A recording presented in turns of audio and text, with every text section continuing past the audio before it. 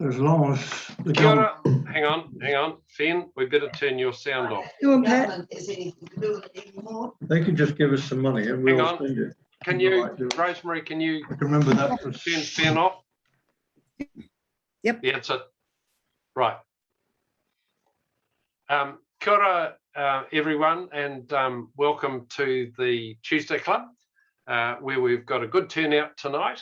And kia ora and welcome to our Mayor, Lianne Dalziel, and Te Marito Upuku from Tuahiwi Marae.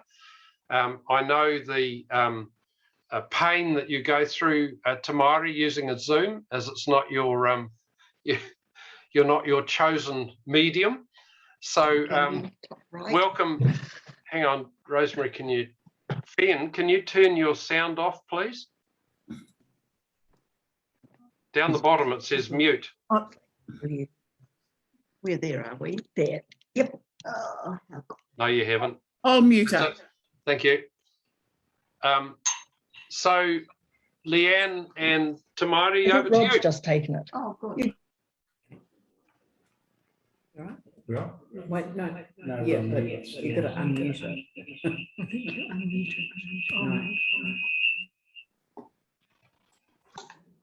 Should we start? Yeah. Woohoo! Gary? Can I just check? I think this one can't have two on. Yep, sorry, I unmuted the wrong one. Oh. How are we? Cup Gary? You can. We can. Can you put the? Yeah, you can hear. Can you hear us? Yeah. Yep. We can. Oh, great. Okay. Ki whai ki oria ki hoa me ona mano matua tama wairua tapu me ngā anahera pono ko te mangai. Thanks for having us, Gary. Oh God, you're right. I hate this. Yeah. But let's do it the best we can. I've got Kate next to us, Gary. Kia ora, Gary, and everyone. And I see Rex there. So, look, we just opened up. Thanks for the invitation. Lianne, you're going to take us through this and we'll talk to each slide. Is that right? Yeah. Kia ora koutou katoa, and I just thought that I would make sure that you knew everyone that was in our room, because we're just showing up as CCC as a collective, but we've got obviously Gabriel Huria, who's been assisting us in this journey, Andrew Rutledge, who's the Head of Parks.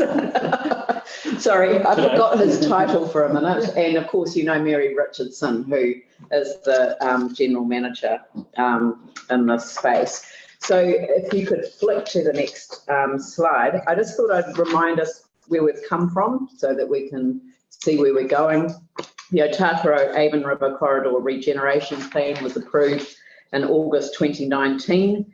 The global settlement agreement between the Crown and the Council was settled in September 2019, and that was when we agreed that we would establish co-governance arrangements for the future of the corridor. Te Tera Hiku was established in the interim to support transitional transformative use, and that process has gone on for longer than we had anticipated. But I guess that we had an unrealistic expectation about how long it would take for the land to transfer from LINZ to the council. The original expectation was that it would be soon after June 2020. We are now in October 2021, and the first transfers are not expected until the end of this year or early next year. So I've brought you a picture, which I don't believe has been published before. And this is just to introduce you to the complexity of the process for transferring title from LINZ to council, and to just give you a concept of the scale of the work that has been involved. Now, you know that thousands of people lost their homes, obviously, after the earthquakes. There are approximately 5,500 titles in this corridor, and they're being reconfigured through a survey process into 162 super lots, and then being the survey work is being carried out under 29 scheme plans. So the super lots involve resurvey under legislative powers held by the Crown to amalgamate titles, stop roads, and remove redundant interests on the titles. There's a lot of easements, as you can imagine, in this space. And I think people generally refer to that as cleansing the titles. As I said, the survey work is being carried out under 29 schemes, and you can see the 29 schemes there on your screen. And of course, each of them contains a number of super lots. The transfer process to council will occur on a scheme plan basis once the survey work on each plan is completed, with approvals through LINs being obtained and all of the legalisation work being completed. And the end-to-end process, I'm told, involves 28 steps. I've no idea what the 28 steps are, but it does show you that there's quite a lot of complexity that sits in the whole process. As I said before, we're hopeful of the first 3 scheme plans transferring over in the next 2 or 3 months, and they're 4, 10 and 25, so they're the brown ones that you can see on the slide, with the balance starting to come over progressively next year. Now, I was told that it would be very optimistic to expect that to be completed by the middle of next year. It's more likely to be the end of next year. And again, it's indicative only, as the actual timeframes for each of the steps won't be known until the first transfers are actually completed. Next slide. So even though this is a quote with Tamaire's name attached to it, I thought that I would speak to this slide.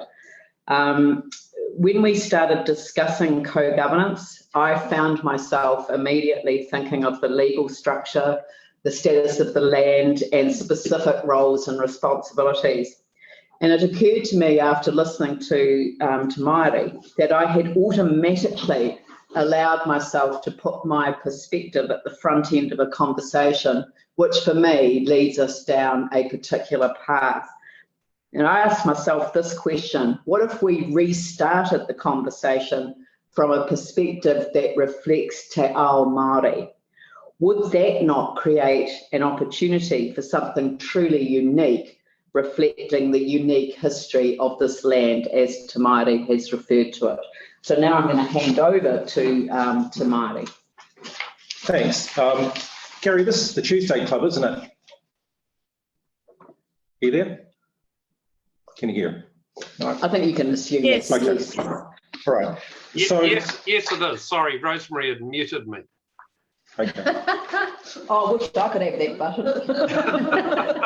So, Power.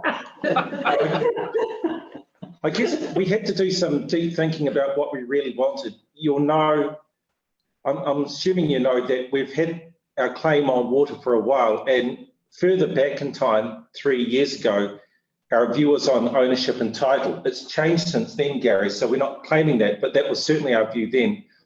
And what we wanted was title to water. Now that's not advancing because we've taken another track with rangatiratanga, but fundamentally we had to figure out what we really meant by co-governance, because it's a nice word, but what does it mean underneath the hood? So we went through that, and I think we've come to the best compromise out of this, because there's a number of options that we've had our advice on, and Chris has done a lot of work for the tribe already, so he'd done some thinking on this, and really he summarised our views fairly well. The first governance model we looked at was the Te Wera model in 2014, which is really quite interesting from the tribe's end, where Crown title was removed and it was vested in governance of the tribe, half and half with the Crown. Now, that's at one end of the scale. We went through that, and it's an option, but we didn't think it was feasible. And then we had the 2017 settlement with the Wanganui tribes on the Wanganui River, where the river has its own legal personality, and that was attractive to us as well. And we went through our thoughts on that, but there's a whole range of models we can use, right down to the tribe just being an advisory board. But I know if the tribe took that option, we just wouldn't attend because advisory boards have limited input. So there's also the factor that we didn't want to separate the river from the land because that doesn't make sense as well. So the option we came up with was between the extreme ends, which was the Te Urewera Act and the Awa Tupua, and the advisory boards. We thought the Mauna Tautiri Mountain Scenic Reserve one that Chris acted on was the best model because within ourselves at home, even though we wanted title, I don't think it's feasible because the people of Christchurch have already invested assets and it's a community asset. That's what it is. And it'd simply be wrong for us to take that approach. But we did think a mid-range point would be the transfer of ownership to the community and the tribe as a whole, and that it be administered under a model like the Mauna Mountain Scenic Reserve under the Ngāti Koriki Kahukura Deed of Settlement 2012. So the reason they came to that is when it came to transfer to the tribe, the farming community up there said, what about the fences and everything we've invested into this landscape? And of course, that's a reasonable point. And Christchurch has investment in this. And I don't think we can start splitting hairs on this. So we found this model to be the best one, Gary, because under this one, it can be done under the Reserves Act. But we also think we may need to bespoke some legislation at a local level for Christchurch and the tribe this way. So for our end, this isn't exclusive. It's for the community benefit and the tribes together and how we govern it together as opposed to the two previous ones at the top end, which is the Urewera Act and the Awa Tupua. We think it's the mid-range landing point for all of us. Should I ask some questions? No, we'll carry on because we'll complete and then come back to this area. Okay, so the next one is the tōpuni. So we had to think about what we really meant by being guardians of the water and that sort of language and how this meets our traditional customs. And we came up with the term tōpuni, which is really where it's the idea of placing our cloak over it, but it doesn't restrict activities, right? Because we know we have to have activity and working there, but it's a protective cloak to make sure it stays with Christchurch and it's theirs. And that's what we've done all the time in the tribe, where we place our cloak over something and we expect people to look after it and to care for it. Now, I think that's the point for the tōpuni, and the challenge for us, I think, all of us, is going to be the basic question. So I'll put this in another way, Gary, and Tuesday Club. A couple of my ancestors were going to be taken out on the Banks Peninsula. But my ancestress, a woman or an elder senior woman in our tribe, threw the cloak over one of my ancestors. So, well, they ended up marrying, but they're protected, right? And I think that's the point of this. We can't restrict activity, but it has to be for Christchurch for the benefit. And the question is, and part of the governance challenge will be, how do we look after this reserve or this area or this tōpuni for the benefit of Christchurch without restricting and without it being tightly controlled by conservation ethics where you can't do anything, but it's developed for the people of Christchurch with the reserve status as well under UNESCO. And I think we can go for that, because if we get that, then a whole bunch of things open up. I know I talk too much. That's me finished. Thank you. Thank you. So the next slide just really, well, it's a series of slides that just want to highlight that there's a lot going on in this space at the moment, but I kind of also wanted to reflect a little bit on, I think, the importance of taking a holistic approach, and that's the co-governance question, but it's also the management question. I want to talk about that for a minute, and transformative use, because it's all part of the same story. So we've got to the point where a community workshop will be held in early November, just to tease through the points that Te Maire has made and to discuss any options and to look at some of the roles and responsibilities, because I do track back to my legal hat and want to know the answer to that question. And then a council decision or a direction in December, with potentially community engagement as part of the annual plan process, which is next year, as you know. And it depends on the nature of the decision, and that will look at questions like, or in fact, flip to the next slide, because these are just some of the questions that we would want to look at. If we're thinking of Tōpuni Otakaro Avon River Sanctuary, and we spent a bit of time about coming up with the word sanctuary, because we're trying to describe something that fitted within the concept of tōpuni, which is where the Te Ao Māori perspective changes the status of what we're discussing. But what does that mean from a legal structure point of view, the status of the land and the roles and the responsibilities of the entity? So they're the questions that sort of flow, but I want us to be thinking about it from Te Ao Māori rather than from my legal background, which is to demand to know what section of what act is going to apply under the circumstances. Is there still a role for an entity like Te Tira Kahikuhiku, perhaps with delegated authority to make decisions on certain uses and recommendations on significant longer term uses? Because while it's been in the hands of LINZ, there's a cut-off date, when things come to an end. So people have only been able to get time limited, too short a time limit for some of the things that are a little bit more aspirational than the time limited approach. Or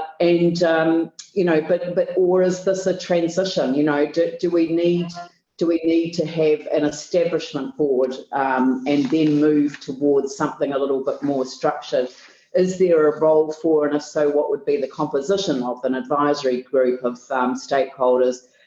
Could or should there be a non-voting Crown representative on the co-governance entity? That was something that I threw into the mix, because I think sometimes it's useful to offer that to the Crown. I was pretty clear about the non-voting side of things. Were there other issues? So those are the sort of questions that we want to nut out, and I want to come back to the slide, because really that's the purpose of our discussion tonight. So if we could flip to the next one. The management side of things, this was something that I pushed for in the long-term plan, and that is there's been an agreement that we will have a single activity plan for the Otakaro Avon River Corridor to be considered as part of the next annual plan, and we can rename it as part of that process as well. But that means that all of this work that the council's doing in the parks, Three Waters, land drainage and transport, it actually brings them all together and gives the community and the new co-governance group visibility across all of the council activities, but also, more than visibility, accountability. So how do we establish accountability between the council for delivering on the things that it is required to do so? The city to sea pathway along that green spine, including parts of the major cycleway, Otakaro Avon River route, that's very much part of that story. And how do we focus that? So we've made an undertaking to have it completed within 3 years, and council's going to be making some decisions. There's a paper coming to council next week in relation to going out for consultation on road closure. So if you flick, I'm only going to just flick onto these slides and move on. So that's the Avon Park being reimagined as a smaller park, but shifting the natural stock bank away from the river, giving room for wetlands, and instead of spending humongous amounts of money resolving a very expensive and intrusive set of remedial works for the road. So that's going to be consulted on as part of a decision being made next week. And this is the other one, which is an assessment of river changes. So we've got the Flatwater Sports people have been to us and said, that they've got a proposal which could have ecological benefits, but it involves modification of the channel. So that is requiring expert advice and support, and obviously further engagement with mana whenua before we go any further. So that's the decision that Council's being asked to make next week, is do we proceed with those investigations. The next slide, I'm just going to take a couple of more minutes on this one because of the impact of Three Waters reforms. But the Otakaro Aden River Corridor Plan, the regeneration plan, shows a stormwater treatment facility, stock bank and tidal wetland in Waitaki Street, and of course Waikakariki Horseshoe Lake. That was an important part of the global settlement for stormwater, and again, this is very much an understanding that we reach with Ngāi about the significance of the treatment facility going there as a natural wetlands to look after the river. But I did want to talk about Three Waters reforms just for 2 seconds. I know that you're passionate about it, but there is a real challenge that we chose to highlight in our feedback to the Minister last week. Stormwater services have 2 fundamental differences to drinking water and wastewater. First, they are open systems and integrated with the natural systems of streams, rivers and wetlands, as well as with modified drains, culverts, pipes and roads. Second, they can't easily be funded per connection or by volume, as with closed systems of drinking water and wastewater. And in Christchurch, our stormwater management for the city, and this is significant for a low-lying coastal city, it extends across into floodplain management and the provision of flood protection infrastructure, such as stock banks. This has been really undercooked as far as the work that's gone on to the Three Water space. People have focused on drinking water. There's been an element of focus on wastewater. This is the biggie, and our whole flood protection and stormwater infrastructure is planned and managed in accordance with 6 values: ecology, landscape, recreation, cultural, heritage and drainage. So our modified and natural waterways are integrated into our urban form, providing public open space and are highly valued by residents and communities. And we don't know what happens with Three Waters reform, because where does stormwater begin and end? And we have expressed no confidence in any concept that pulls this away from a holistic and fully integrated approach for our city. So I just wanted to highlight that because I know it's been of interest to you. The last 2 slides are very brief. That's just a quick bridge update. So the bridges that we were required to complete as part of the regeneration process are underway. And the last slide is just some examples of some of the transformative works that are going on in the corridor at the moment. So that was, but I just wanted to sort of kind of finish. I mean, that's not all of them by any means, but if we could flip back to the co-governance question slide and hand it back to you, Gary, or who is chairing. Right. Look, thanks for that, and I think everybody will join me in saying that was a heap of things that we'd never heard before, so that's great. I think one of the things, look, if I could just tell people, if you go to the bottom of your screen and you'll see reactions, and if you want to ask a question, just put your hand up. Which one do we use, Rosemary? Thumbs up, maybe? Oh, raise hand, raise hand. Yeah, right, raise hand, right.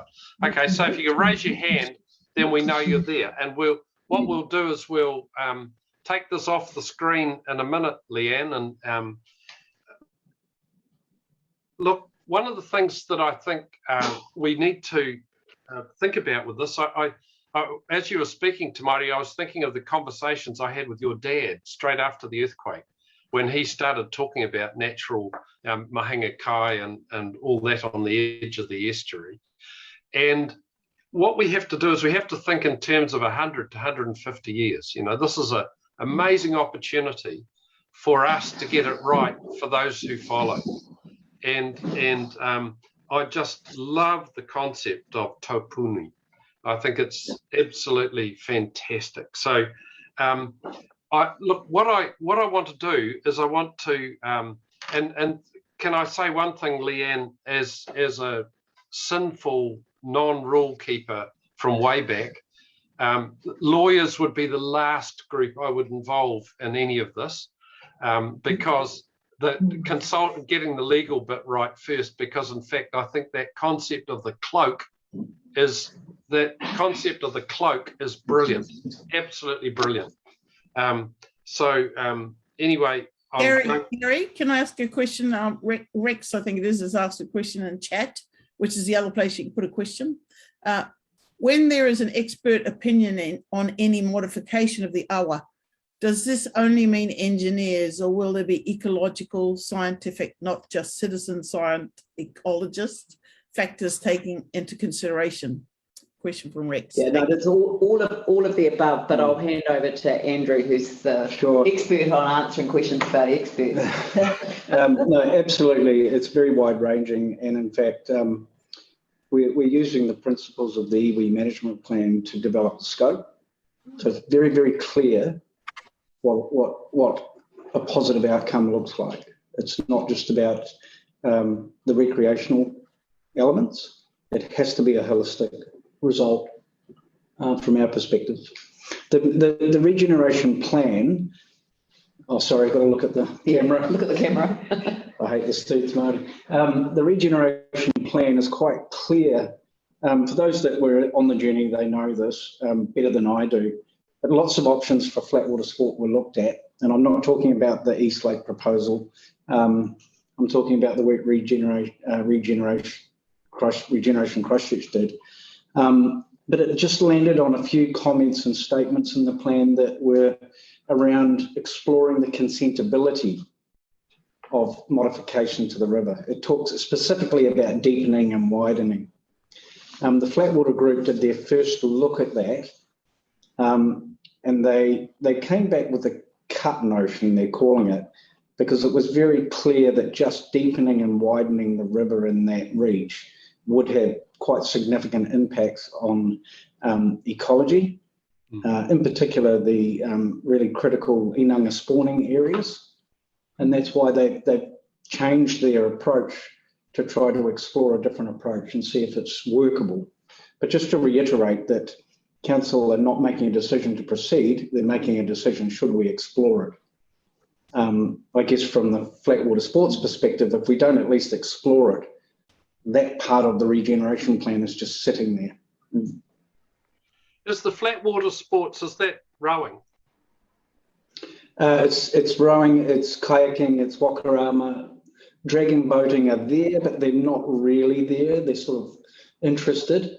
But it's actually those three sports. The latter one to come on board is wakarama, who are tied into the Awa Kayak Canoe Club, and they're running programs there more frequently now for younger children because it's safer than the open sea stuff. Excellent. One of the things, Lianne, I'm just encouraging people to ask questions too. Don't hold back. One of the issues that I got the impression from Tamari is putting in place a structure that we can then get on with. And I'd like to think that instead of delaying it, we can actually, there's a lot of people are really holding out. And I guess that's to a certain extent why I was pushing for tonight, that a lot of people were holding out for action here so that we can actually get on and do things. What's stopping the council on the in December meeting arriving at a preliminary structure that we could experiment with. Yeah, there's absolutely nothing to stop the establishment of an establishment arrangement. Absolutely, that would be fine. But I think that we do need to engage publicly with the wider community, and I think we're in a good place to do that. And I also think that it is a model that could evolve, because I do agree with Te Maire, having looked at other models, that there is benefit in a legislative framework for a tōpone of this nature, you know. And I think that this is where, because I think I got this sense from watching people's comments and reactions that the concept of tōpone is something that people are very interested.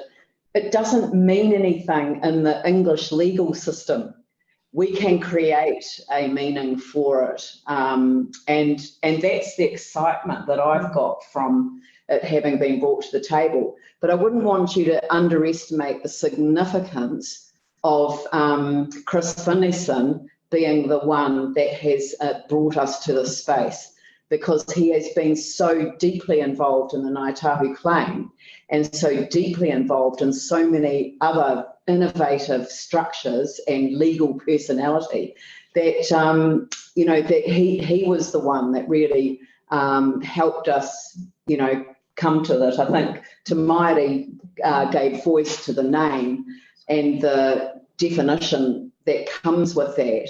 But I think Chris has given us a real depth and richness, really, to enable a really exciting community conversation. No, it's terrific.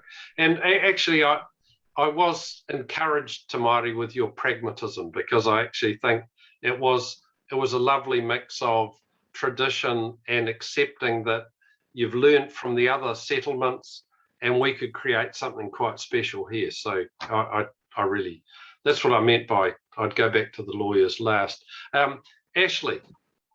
Thanks, Gary. As someone who's been there right from the very beginning and often torn my hair out about this, what's been happening, can I just say how utterly delighted I am with what's being presented? It is absolutely wonderful. It is utterly what I think those of us who started this whole thing off had in mind. And I almost feel like I can retire now. Basically, that's all I wanted to say. Thanks, Ashley. That's great. Mark asked, Mark, do you want to ask your question?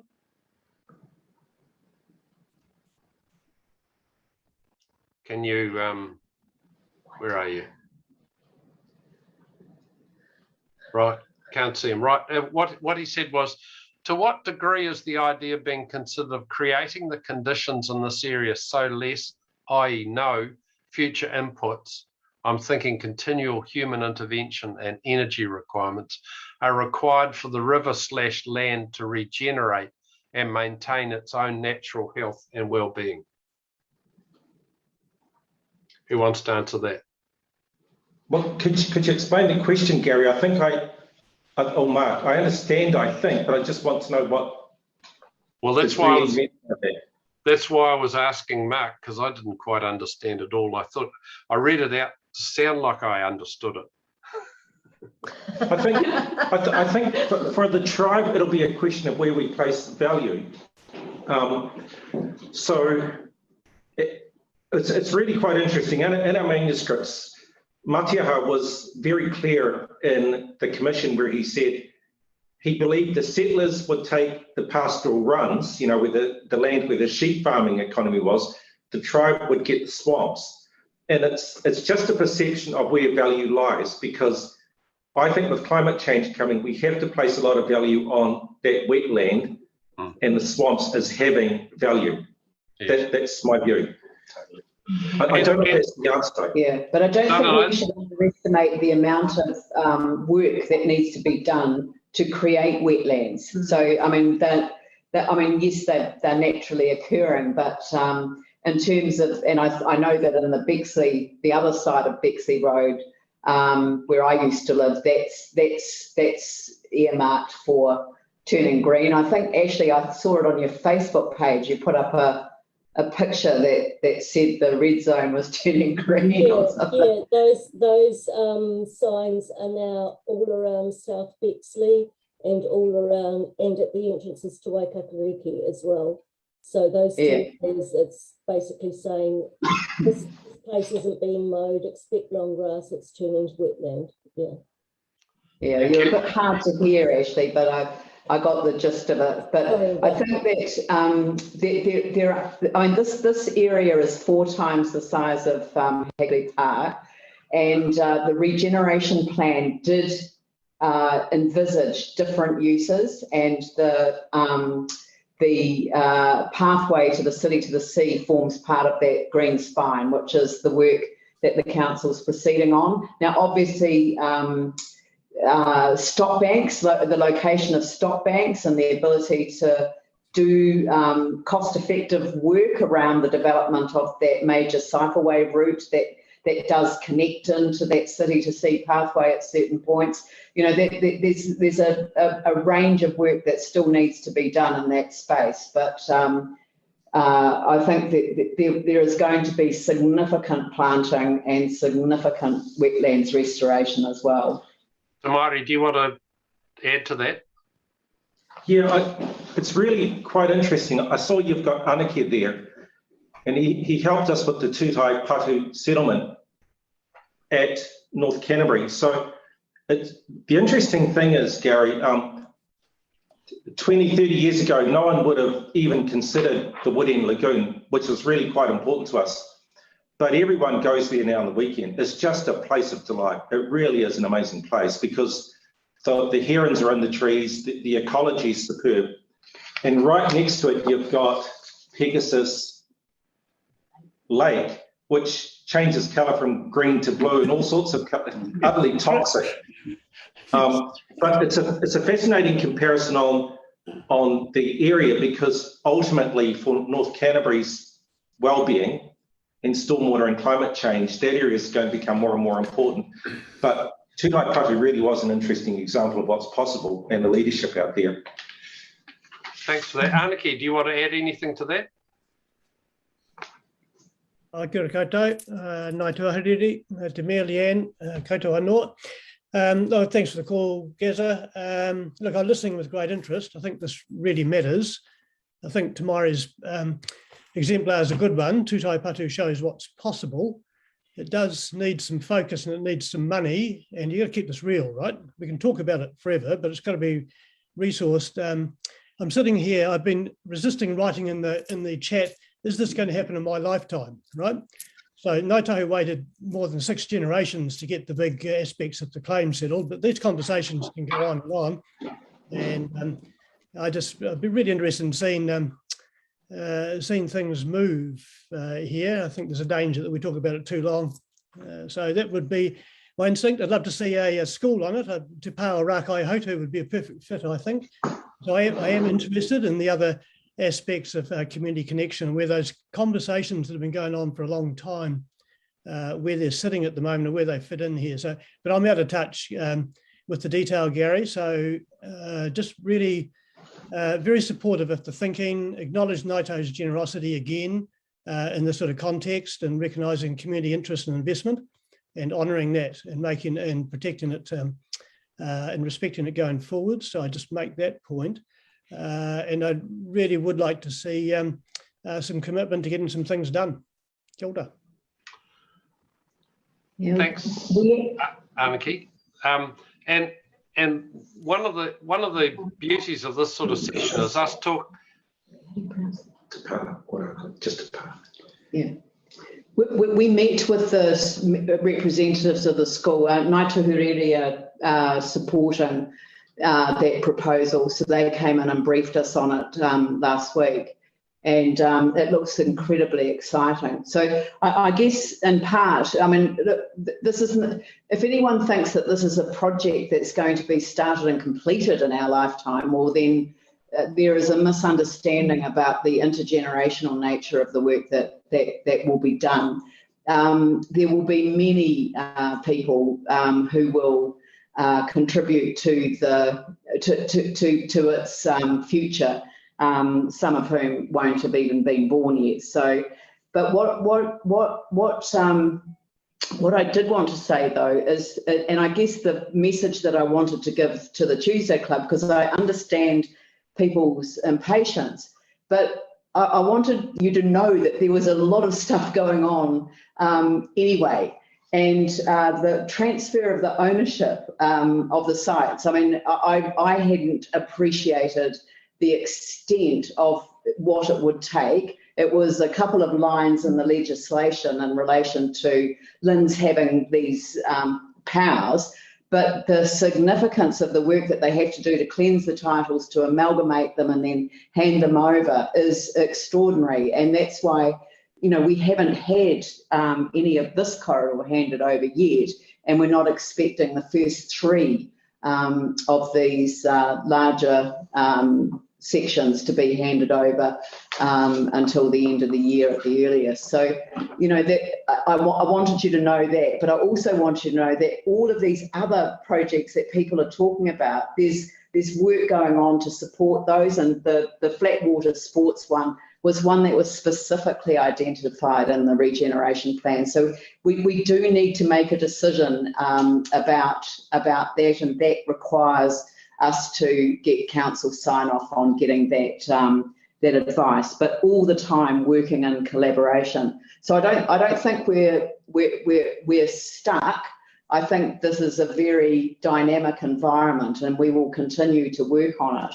I did see that somebody put up a thing about the UNESCO World Heritage status, and that was just simply to identify that when Chris Finlayson provided us with advice, having been previously a Minister of Culture and Heritage, or Arts, Culture and Heritage, he actually identified for us that if we were able to present this in a particular way, we could become the first World Heritage Site in an urban area within New Zealand.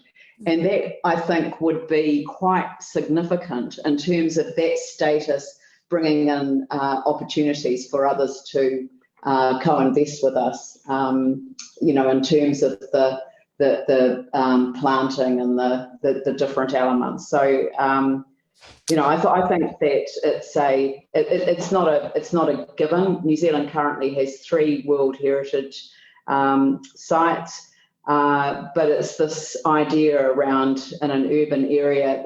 What Chris told us was that they had looked at whether that could be established over the Auckland volcanic maunga in 2014. But that wasn't able to be obtained. So this would be something quite special, but it's just an opportunity. It was reflected as an opportunity rather than a definite. Thanks. I can understand your frustration with LINZ. We actually had to negotiate a lane down the side of our bar, and they were bloody hopeless to deal with. So, Colin, try 4 John times. Selwood. Yeah. John Selwood. Yeah. Oh, John, you've turned your sound off. I'm so useless with technology. Awful. Yeah, we've Thank always you thought so that. much for a wonderful presentation. This is one of those really basic questions, but I was wondering the uniqueness of the unique model. Can you contextualize for me a wee bit what makes it so unique? I'd really be excited to understand that, the proposed model for a co-governance. What's that? Sorry, who's John asking? He's Anyone asking who you. wishes to be, Tamari, you, whoever. Would want. So what was the question again? Sorry, John. Okay. Can I just explain? I think you talked about the Tūhoi and the Whanganui example, Yeah. and then the 2012 settlement. Not everybody knows those, Yep. and so maybe you could quickly lead people through those, Tamari. Oh, so the Tūhoi. So part of the practicality of this one is what's achievable, and I think that's Anike's one. If we have to go through the Tūhoi and the Awa Tupua one, that's national legislation. That's complicated, and it will get complicated. So the Maunga Tātari Trust could be achieved in a number of ways. One of them that Chris suggested is under the 1977 Reserves Act, or we can do some local legislation via one of our ministers that may equally be more efficient and better. So I do like those other models, but that's the tribal interest. What's more achievable is under the 77 Reserves Act or a bespoke legislation, a local government act. Right, thank you. Does that answer your question, John? Yep. Chrissy, you had a point here. I just wonder if you could come on and explain some of the points that you were making there. It's a very Gary. good one. Just reading it. I mean, there's further discussions to be had, and I don't want to preempt any of those, but I think the whole approach through legislation is a really good one, but it will take time.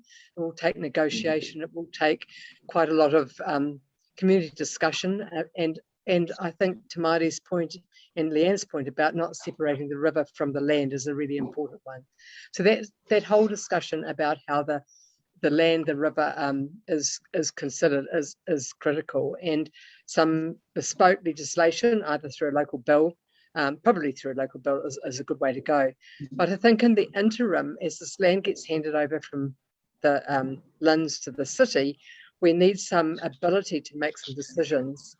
And Te Tere Kahikuhiku is an advisory group. We make recommendations to LINs.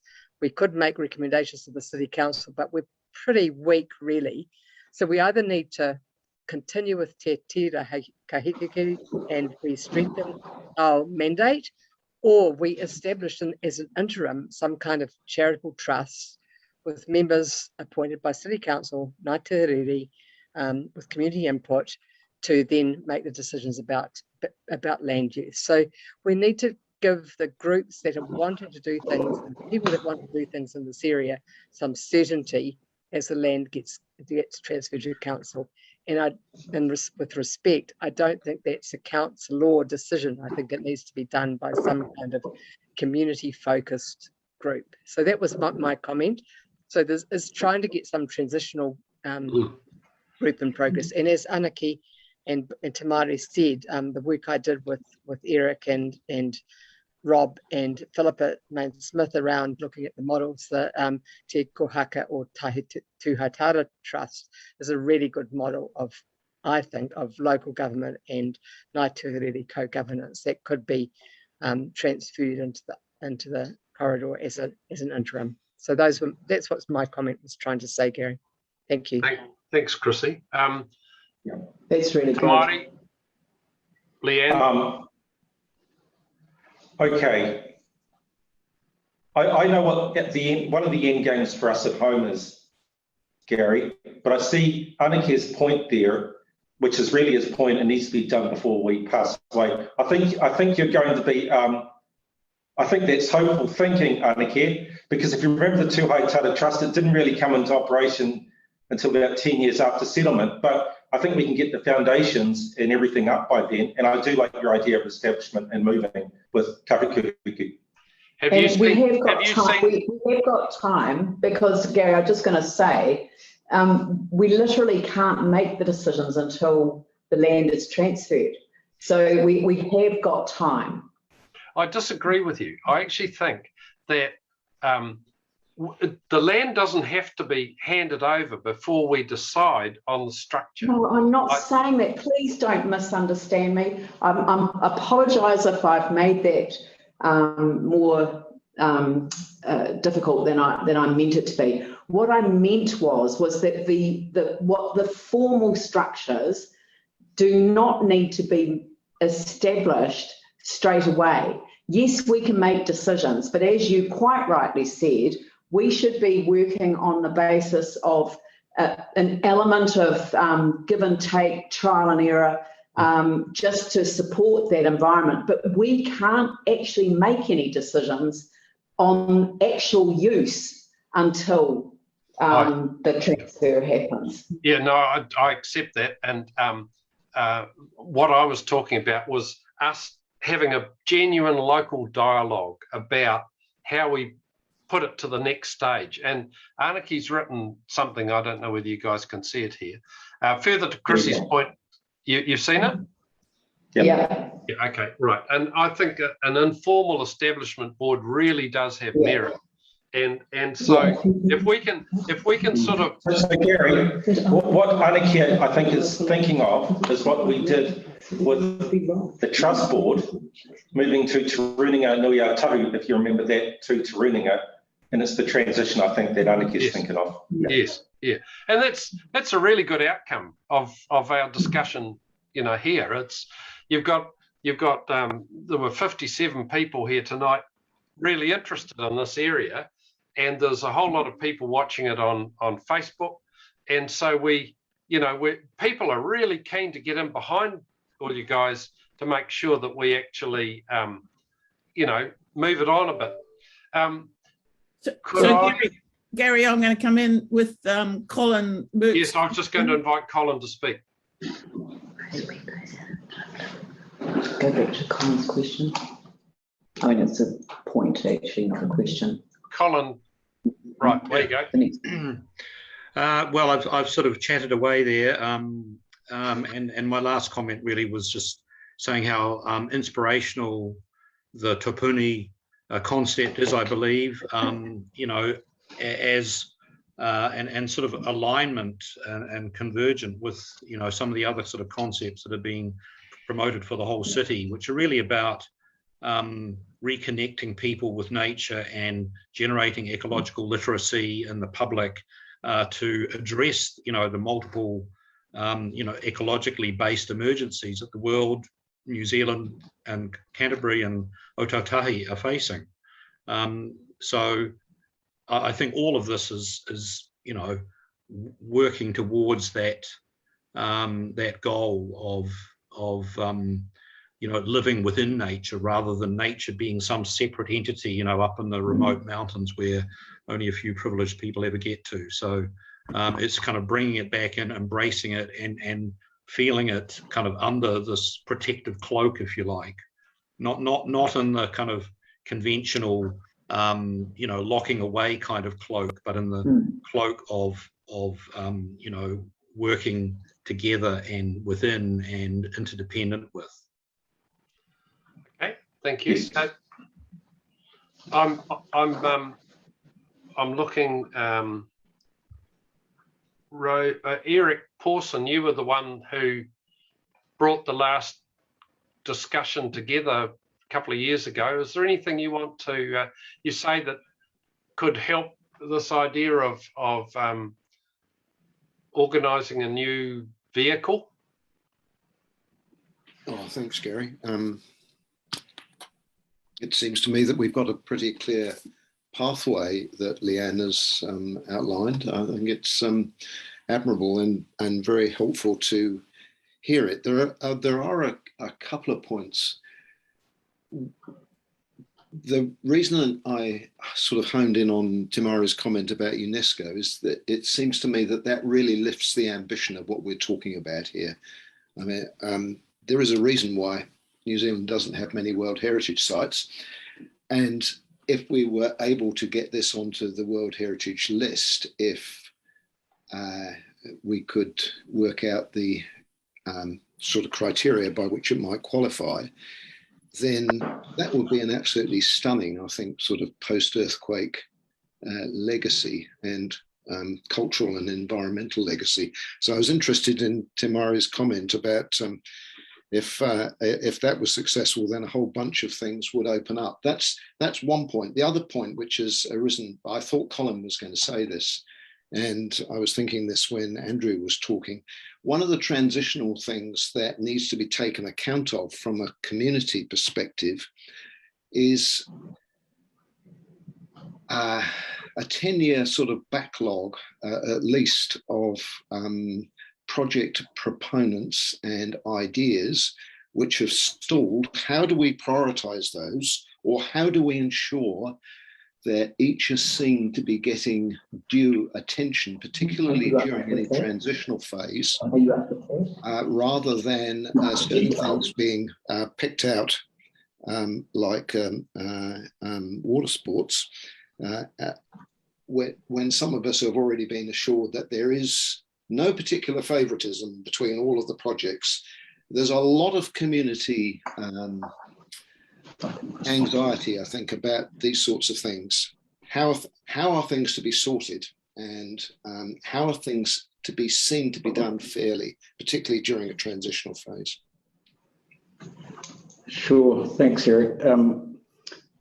We're being led essentially by the dialogue and the regeneration plan. So it's really quite awkward looking at the camera, and I can see you out of the corner of my eye. So I'll go halfway. We're here. Yeah. And the plan's sort of broken into 3 critical phases. And one of the first ones was welcoming people in, and a place for everyone was the rhetoric in the plan. And the citizenship pathway was seen as one of the, I guess, the core critical initiatives to get the ball rolling and for people to be able to access the land, all abilities people to access the land. And as we started to explore that, the flat water guys, for example, popped up and said, hey, we've got this idea. And it influences the citizenship pathway. So the decisions kind of had to come together in that sense. We're also working with the Eden Project. We're in quite constant dialogue with Eden Project. They approach us. We're not picking these. We're not selecting. We take anyone comes to talk to us. We talk to them. We're driving from an organisation perspective. I guess our focus is on driving the citizenship pathway project, and the things that fall off that in that green spine part of the regeneration plan. So I won't try and get too long-winded, but that's our lead from an organisation perspective. What does the plan ask us to explore? Tamari? To answer Eric's question, I'm deliberately not saying what our village wants, because I know lots of people will have their wants, but there's a World Heritage criteria for selection on these things, and we've just been looking at them. We can modify them for our use as well, but I understand Eric's point and the criteria, as long as it fits with the bigger vision, I would think, which is the ecological necessity of that place for the future of Christchurch. Look, I'll share what Te Rahiwi's, one of our aims is that the river's back to whitebaiting good standard for Mahinga Kai, because it takes the pressure off us at the Ashley River and the Waimaki River. It's really quite practical on that end. Well, I can remember some of my mates up at Tuahiwi saying the whitebait got better when Travis Wetland actually really got going. So your way. Rosemary. Just 2 things. Is I think it is important what is mentioned, and I think Ashley's point in the chat about the community, that they need to be the words about, and the community of people engaged in the space, that needs to be said. And also, I think Colin's right. We talk about the water sports, but maybe we don't actually say Waitakere Eco Sanctuary. So actually naming these things, it's easy for them to be invisible in the process. So I think we just have to pay attention to that. Excellent. Look, I think it's 6:29. Look, I think this has been an incredibly good start. There's a lot of people put a lot of, and it's what Ashley said, that this started as a community idea. It started on the actual day the red zone was announced. Please make sure the grassroots involvement is never sidelined. And I'm sure that Ngāi Tahu will be able to understand that, having been sidelined for 150 years. So I think that I'd like to thank you for this tonight. I think it's been really, really good. It would be much better if we were all able to be in the flesh and smell each other's breath at the same time. And I would like to. Well, can I tell you a story? I said speak for yourself. Can I tell you a story that when Rosemary and I made submissions to the council recently, if we'd turned up in the council chamber, all the councillors had to put face masks on, but because we came in you would have had to. Oh no, that was an advantage. But because we came in by Zoom, they didn't have to. So that says nothing about my halitosis. But anyway, look, it's really, really important that we see this as the start. And this is the start of 150 years. And this is the start. And the structures that you've talked about, particularly Te Māori with your tapuni, is fabulous. And I think, and your pragmatism, and Lianne with the council, we need to all work together. So maybe we have another session by the end of November to see how progress is going so we can feed back to people. So I'd like to thank you all for tonight. It's been fantastic. So thank you all. Can I give everyone some homework, Gary? So if you could flick, the presentation out to people, or the slide deck that had some of the questions, and maybe that one about Tōpuni, Otakaro, Avon River Sanctuary.